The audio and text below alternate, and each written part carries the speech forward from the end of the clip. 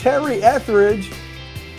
Good I'm morning. putting this together right now, quick and dirty, because you just came in and said something amazing. And I didn't think that I could actually get excited about the, HR stuff or people management. But I've come to realize something. You know what? Ask me what. What? I really like people. You do like people. I do like People like you. Well, I don't know. You see, this is how you get people to like you. I want to teach you a secret. I'm ready. Like them first. Even if they have no reason to be liked, because you don't know them yet. Like them first. People, what I found is in sales, this is a little sales thing. People would rather do business with people that know that they like them, even more so than they like the person. That makes sense. People like to be liked. People love to be liked. Yeah, And people people love love to have joy. I love to have joy. Yes, and that feeds right into what you came in here and talked about, which is why I'm putting this together now. We may or may not have people, chime in because I haven't advertised this at all. But if they do, we'll be able to talk to them. So, read that thing that you came in and told me about today, and then we can discuss. Yeah, I will. So there was an article in Harvard Business Review that talked about joy, and it immediately caught my attention because it had a big smiley face on it, and also because of a conversation I had last night with a friend. So what it says is people intrinsically seek joy. Joy connects people more powerfully than almost any other human experience. Joy that connected with me was last night. I went to dinner with a friend and brought our kids. Kids are having a good time. And she's talking to me about her job and lots going on. People have been promoted, but now they haven't backfilled. So she's got all this extra work on her. She's a senior level person at the organization and she's overwhelmed. And we had this conversation that since COVID, she said, I feel like people just don't have joy at work anymore. And I said, what do you mean they don't have joy? And she said, I don't know. People just don't seem happy. They're not fun. The work seems heavier. She said, nothing's changed for us since before that. But, something changed during and after. So now I don't see the joy anymore. I don't see the laughter. I don't see the engagement. I see the look of dread on people all the time. And so this article really inspired me because it was like, we don't really focus on joy.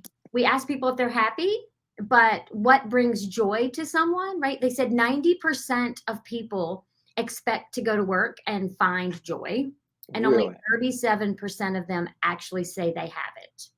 Well, so when you're going to some places to find joy, okay, so, all right, hotshot, so you're talking to your gal there, then what?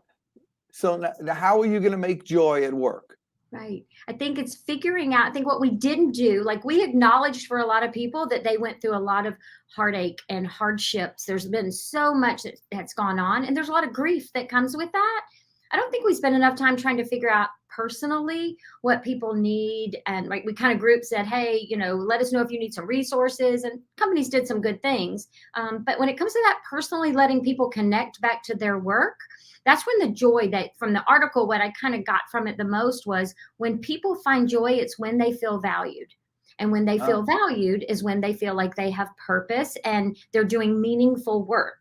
So it's not that we have to go out and give people things to make everything happy and fun. It's how do we get people to feel like the work that they're doing is meaningful and valuable, and that then once they do that, there's some type of acknowledgement or recognition for it.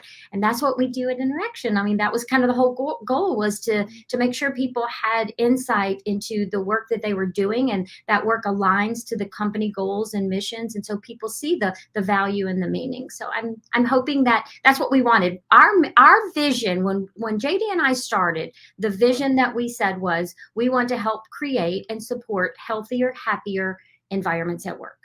That leads to success. And it was that healthier, happier, that joy that I think we tried to build into our platform. Yeah, and people get that just from being, everybody enjoys a pat on the back.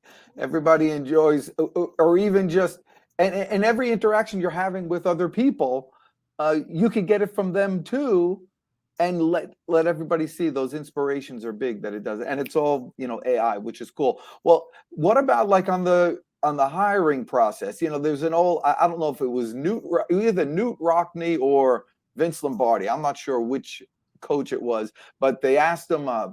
They asked that person how they managed to have such motivated teams, how their teams were always so filled with people that were just so motivated. And the answer was simple. He said, well, what we do is we get rid of the unmotivated ones. And in other words, it's something that they bring to them. They bring to the job. So is there any responsibility either do you look for that on the hiring process to hire, Happy people, joyful people? yeah, right. Yes, I mean, I think it's when you're hiring for culture, and if you have a culture that is joyous, again, and it's a caring, transparent, trusting kind of culture, that you do hire for that. You're asking those types of questions to see if the employee, not only do they have the technical skills or experience, but they have this fit for your organization, that their core values align with the core values of your company, which is why we spend so much time trying to help companies understand the value of having a culture. You have to define what that is. That way people know if they align with it, and when you're hiring people, if you're hiring people that you believe align with it as well. And so let's say you do hire, I'm playing with this thing. Let's say you do hire, there are some people that, they walk into a room and the room gets brighter. And there are some people that the room brightens up when they leave. And so, but how can that person, how can they share those how does somebody generally share those things to push the culture in that way? Currently, is it a top-down type of thing? So recognizing, you're saying calling out, like when somebody doesn't have a great behavior or poor performance? Yeah, a company right now is experienced like this woman. She says, I see dread all over the place. So, ultimately, she doesn't seem to be that type of person, that is dreadful. Right. She seems like someone who wants to spread the joy. So how can she do it? Right. It's tough right now because, again, a lot of times people manage up well. I don't want to tell my boss that I'm miserable or all the people on my team aren't that happy anymore. So you tell other people. You tell your friend when you go to dinner with them, or you tell your spouse or your significant other when you go home to them. You're not sharing it up. The value of letting people know that the presence of people in the organization is so that the company can demonstrate care. If I knew, Dan, that you typically scored pretty high on your presence, you were engaged in meetings and you were participative and you were showing kindness to other people, and then at one point that started to go down a little bit for you, that's an opportunity with data to jump in and say, hey, are you okay? Is there anything we can do to help? Personalize it to you. That's not what we do today. We don't have the technology. So that's what we built, was to be able for you to have and capture feedback from everyone in the organization that gives you some insight to the potential loss of joy or happiness in the workplace. Instead of asking people, are you happy? Because when you try to do like, hey, send me a survey that says, am I happy or not? I'm not going to typically tell you, no, I'm not. Right? Hopefully somebody would if they were in a really, really bad place, but the average person is not going to do that. But if you get some insight from others that said, hey, you're different than you were yesterday or the week before, that's helpful. Yeah, and you're so right. Because if somebody asks me, how you doing, you seem upset. I'm like, don't worry about it, because I don't want to get into it. I don't want to let anybody know, that I have this mole that I'm worried about.